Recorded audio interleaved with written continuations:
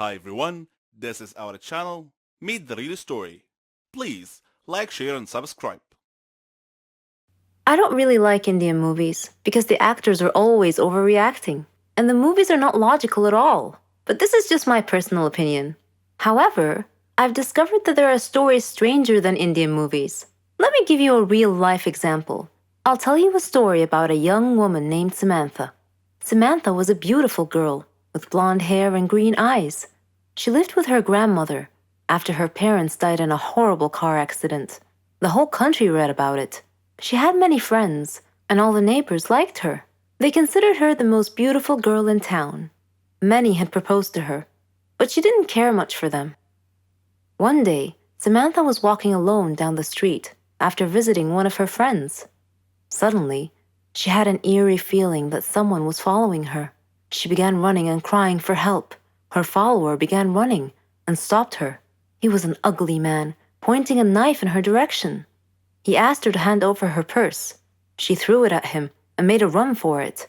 The man said wait and made to stop her, but another man appeared out of nowhere and punched the thief, who fell unconscious. The brave and good Samaritan picked up Samantha's purse and handed it to her. He was very handsome, with green eyes, soft hair, and an amazing smile. He escorted her back home, and she felt that he was her knight in shining armor. She went inside and hugged her grandmother tight, who was a little surprised but smiled. Samantha was so happy that she gently pulled her grandmother to her feet, and they whirled around and danced playfully. The very next day, she was surprised when she answered the doorbell. Steve, the tall, handsome man, was standing there, holding flowers. He proposed to her, and she said yes. Thus began their love story. Then one day, Samantha was standing in the kitchen preparing dinner. Steve and her grandmother were out, but they were supposed to be back soon. Samantha had everything ready, and she set the table. The house door opened, and Steve walked in. Samantha went to greet him, but she felt dizzy and fainted. Steve quickly took her to the hospital. The doctor congratulated Steve, saying that he was going to be a father. Steve was ecstatic, but Samantha was not. Instead, she was shocked and nervous. She said that she was too young to have kids, that she wasn't ready to be a mother. Steve was taken aback and said, "But why? Don't you want him?" Things were different from that point on. Samantha tried to get an abortion several times, but Steve was always stopping her. She couldn't accept it. She blamed Steve, but Steve couldn't understand her. In her 7th month of pregnancy, Samantha was with her grandmother at the supermarket when she saw a small boy run onto the road. Fearing he might get run over by a car, Samantha quickly pulled the boy off the road to safety. The boy's mother saw what happened and thanked Samantha, feeling so grateful and relieved. Samantha was crying at the moment and replied, "No need to thank me. I'm going to be a mother like you soon." For the first time, she was beginning to feel real affection for the baby. "Forgive me," she silently thought to herself. She tried to contact Steve many times to tell him that she had finally accepted. She was ready to become a mother, but he never responded. Finally, the day had come. Samantha went to the hospital to give birth. After the surgery, she was very tired. Nevertheless, when she woke up, she immediately asked for the baby. Her grandmother handed her the child. It was a daughter, and she was so beautiful. The nurse tried to take the baby out of her arms, but Samantha refused, wanting to hold her for as long as she could. The next day, Samantha heard a big commotion, and she had a feeling of dread that something bad had just happened. It was confirmed when she saw her grandmother's face. She asked what had happened, and her grandmother told her that a child was missing and had apparently been kidnapped. Samantha's pale face slowly pleaded, "Please don't tell me that it was my daughter." When her grandmother nodded, Samantha broke down and began crying and wailing in pain. The nurses tried to calm her down, and when she did, her grandmother came over to her and handed her a note. It had been found in her missing daughter's hospital crib. It was in Steve's handwriting. It simply said, "If you don't want her, I do." Then Samantha fainted. For many years, she tried finding her baby, but couldn't. Steve and her daughter had vanished into thin air. She felt as if time had stopped for her, but Steve didn't feel that way. He raised their daughter into a beautiful young woman. He named her Margot. Whenever Margot asked about her mother, Steve would always tell her that her mother was dead. but he often told her stories about her mother and how much he had loved her. Margot's intuition, however, told her that her father wasn't being completely honest with her and that he was hiding some big dark secret. One day, Steve fell ill unexpectedly. He called Margot to him and told her that he was very sick and felt that he was going to die soon. He said that he wanted to reveal a secret that he had long kept from her, that her mother was actually alive, and that her name was Samantha. He told her that he had kidnapped her from the hospital at birth because her mother did not want a child. He regretted it and asked Margot to forgive him. He gave her Samantha's address, and soon after, he died. After his death, Margot decided to go looking for her mother. I am Margot, and I am now standing at my mother's address. At her front door, I cannot predict my mother's reaction when she answers the door and I introduce myself as her daughter, but I'm going to hug her and tell her that I've missed her for so long. Hello, I'm Sarah. Ever heard of a phobia before?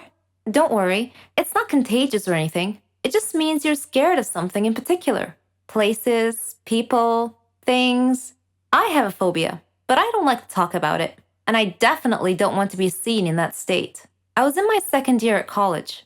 I had been very busy that semester because we had a lot of assignments, and it was fine. I mean, I liked studying and completing tasks, but I was never a nerd or a geek. No. I like to dress nicely too. I have my own fashion and style. It wasn't easy making friends though. There were two types of people at my school. Smart nerds who couldn't care less how they dress, and complete airheads who dressed nice. I didn't fit in either one of those groups, so I basically kept to myself until one day I got assigned to do a task with a girl and a boy, Jane and Kyle. They didn't look nerdy at all, and I thought to myself, oh great, looks like I'll be doing all the work. But when we started talking about the project, they didn't just sit there or toss ridiculous retorts. All three of us were having an actual conversation about the topic. I was so thrilled. It finally seemed like I belonged somewhere. We became friends and did everything together. We could tell each other anything. Well, not everything. I had one secret from my friends. I never told them I had a phobia. Anyway, a year later, Jane moved to Germany with her parents. She was going to finish college there. So it was just Kyle and I now. All through college, we were the best of friends. We even did our graduation project together. On graduation day, Kyle and I were supposed to go out for dinner. He wouldn't tell me where, said it was a surprise. And what a surprise it was. He had picked the highest tower in the whole city to eat dinner at the very top. I don't have a problem with high places in particular. In fact, I'm sure I'll love the view if I ever make it to the top. No, I had a problem with the elevator. A phobia, to be precise. So we were standing at the base of the tower, and Kyle was happily listing all the great features and restaurants up there, but I didn't hear any of it. I was too busy fretting, frozen to the spot, desperately trying to find a way out of the situation. I couldn't say no to Kyle, who was all excited to go up the tower, so I clenched it in and tried my best to stay calm. We got in the elevator, and the doors shut. I couldn't control what came after that. I was terrified, screaming and shouting hysterically, banging on the walls, then falling to the ground. Of course, I don't actually remember any of it. Kyle told me later on. The last thing I remember was the elevator doors shutting close. When I came to, I was at the hospital. Kyle was sitting by my bed looking worried. When he saw that I woke up and that I was feeling fine, he started laughing at me, saying, "Why didn't you tell me you had a phobia?" I felt ridiculous and started laughing too. And then, out of nowhere, he proposed. It was his plan all along, although he pictured it at the top of the tower. All that happened 3 years ago. We're married now, and we have a baby girl. I'm being treated for my phobia. It's not completely gone, but I'm way better now. Apparently, hiding my problems never solves them. I'll have to face them, sooner or later. Hello there, my name is Pearls. The first day of my professional life was the worst professional day ever. During my first year at college, I wanted to spare my parents some of the expenses. So I took a job, and it happened to be the closest thing I could get to my dream job. It was an office that was mainly concerned with planning fashion shows. I know I was only an intern at the moment, but I have never been so excited in my life. I was actually studying fashion designing, so lucky me. But since we all know that life isn't always pink and roses, I had a repulsive boss. Let's call her Jane. I was Employee of the Month 3 times in a row. My life couldn't get any better. Well, except for Jane, who always thought I made her the worst coffee ever, yet she still drinks it. The closest colleague I had at work was a guy named Mark. I also had a tiny little crush on him, but that is not our point here. Anyways, I was supposed to organize a huge event, and so Jane sent an extra long office-wide email giving out details about the event and the brand and who was assigned to do what. I was ecstatic. I was running around the office like a busy bee that had to make sure everything was in place. After a long, tiring day, I was at my desk, rereading the email she sent and enjoying a good cup of coffee. And guess what? Jane had about a gazillion typos, and to be honest, I wanted something to cool me off after doing so much. And being the smart employee that I am, I wanted to crack a good joke and maybe, just maybe, get Mark to laugh. I wrote a sarcastic, full of mockery email, and once I've hit send, I heard gasps echoing around the office, and I realized that I had clicked reply all.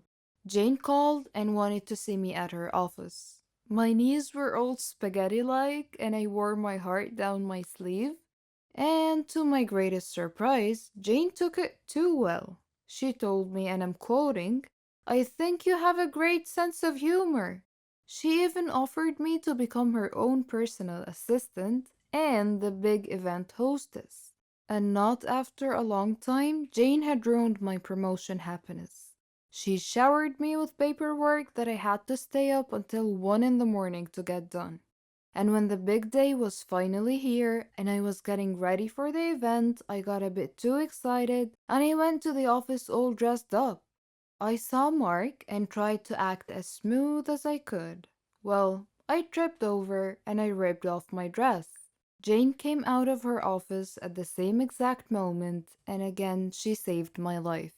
She lent me one of her super expensive dresses that I'm sure it cost her a big fortune.